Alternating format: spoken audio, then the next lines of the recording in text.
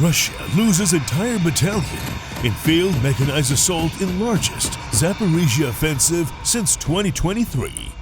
Russia's gamble to seize Orikhiv before a potential ceasefire has backfired catastrophically, with Ukrainian forces decimating almost an entire battalion and destroying dozens of armored vehicles without surrendering any territory.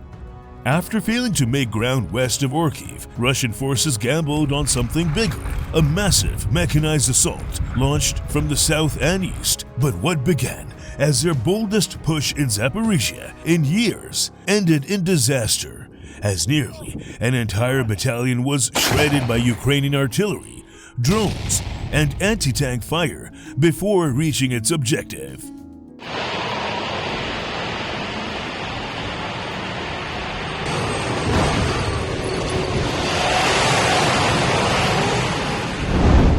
The goal of the Russians is to achieve a long-standing operational objective and take the town of Orikhiv before a ceasefire can freeze the front lines. Orikhiv is a relatively small town of nearly 14,000 people pre-war, but it is the largest and most strategically important settlement in this sector due to many open fields here. Therefore, it is of high importance to both sides for its ability to accumulate a large number of forces.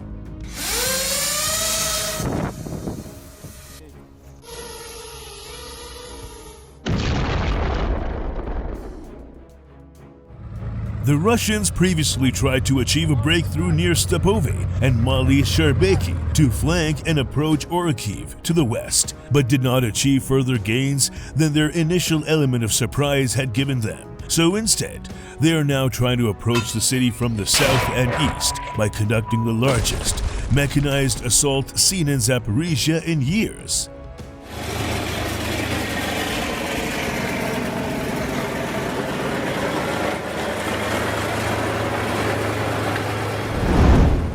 The main advantage of the Russian forces is to the east of Orikhiv, which consists of an interconnected line of settlements from the town of Polohi to the prefrontal village of Novokurlivka that is 16 kilometers away from the town. This allows Russians to conceal soldiers and armored vehicles relatively close to the front line and use the urban layout as a cover for movement until they reach Ukrainian positions.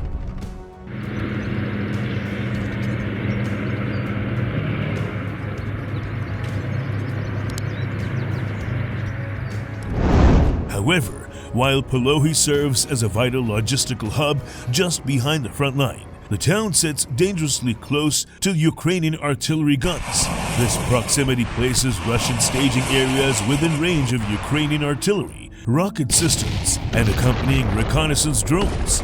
Furthermore, Ukrainian forces hold robust defenses in Mala Tokmachka, enforcing lethal fire control on any advancing Russian units.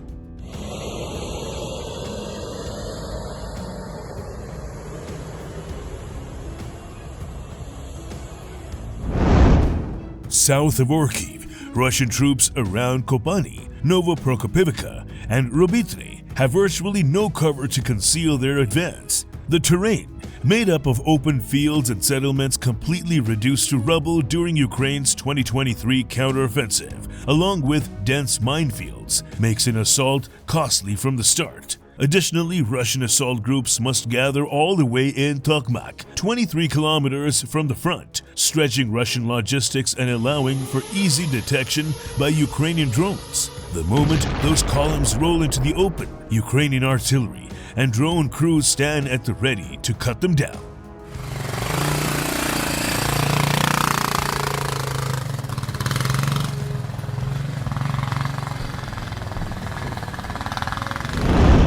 Russians initiated their mechanized assault with over 40 armored vehicles, dozens of buggies and motorbikes for reconnaissance, and a total of 320 soldiers, making up almost a full battalion, combined with rear support elements. They launched their assaults from two pincers, from Kopani to Novodanilivka in the south, and from Polohi towards Mala Tokmachka to the east.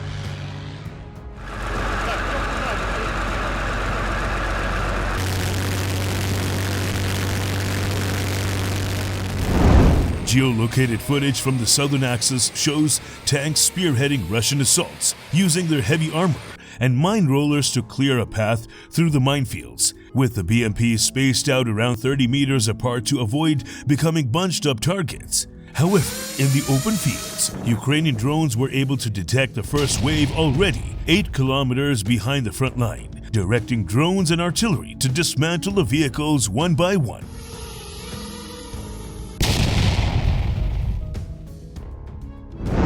Subsequent waves did not fare much better, as Russian armor detonated on landmines, got hit by FPVs and anti-tank guided missiles, while the infantry on top was eliminated by the intense artillery barrages following the convoy all along the way.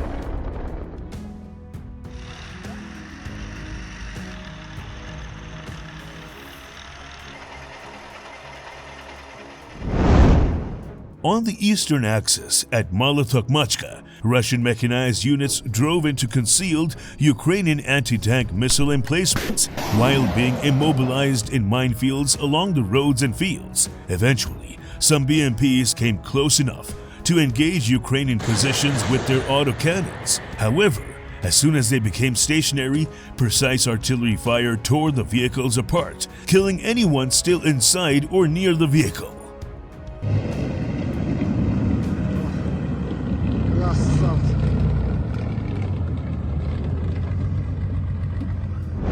Overall, the Russians launched the largest mechanized assault seen here in years, losing over a battalion of forces, without even coming close to their objective of advancing towards Orikhiv. Ukrainian soldiers on the ground report that the assault captured no new positions, and that Russians sustained a casualty rate of over 70%, meaning Russians won't have the necessary forces nearby to launch an effective follow-up assault.